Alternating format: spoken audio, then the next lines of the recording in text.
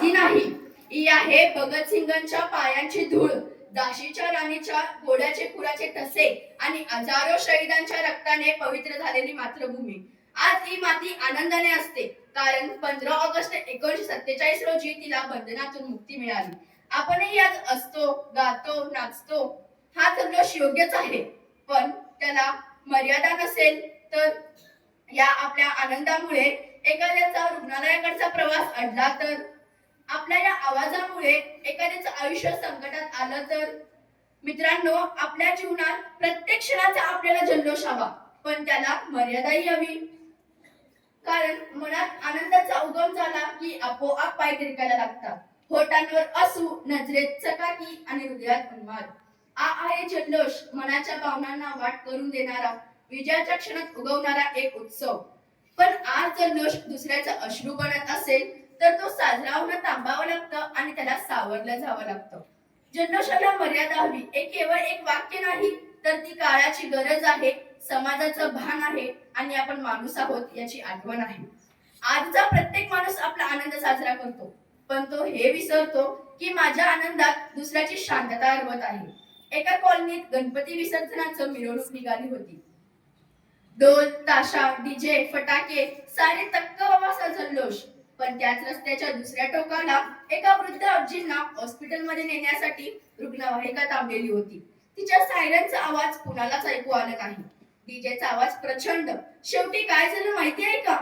त्या आजींनी डीजे मधल्या त्या झिंगाटच्या तालावर आपला अखेरचा श्वास घेतला.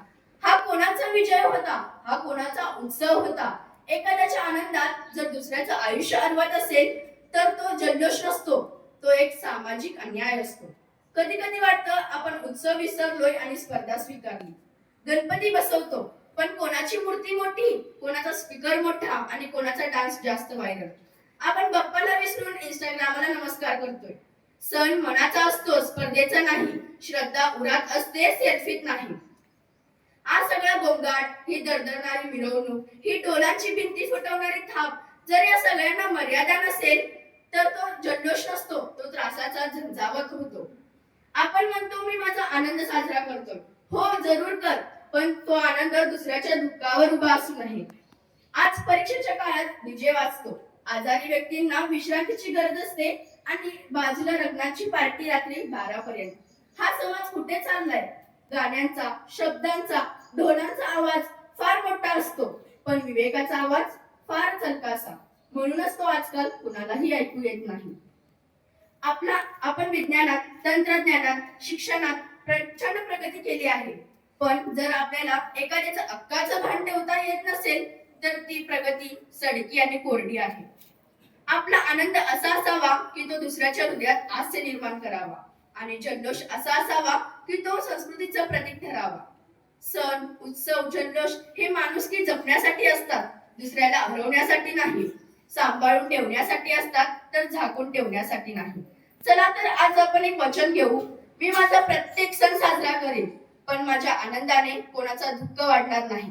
माझ्या श्वासाने, माझ्या ढोलाने कोणाचा श्वास थांबणार नाही. माझ्या पार्टीने कोणाचा अभ्यास बिघडणार नाही आणि माझ्या जल्लोषाने माझा माणूसपणा हरवणार नाही.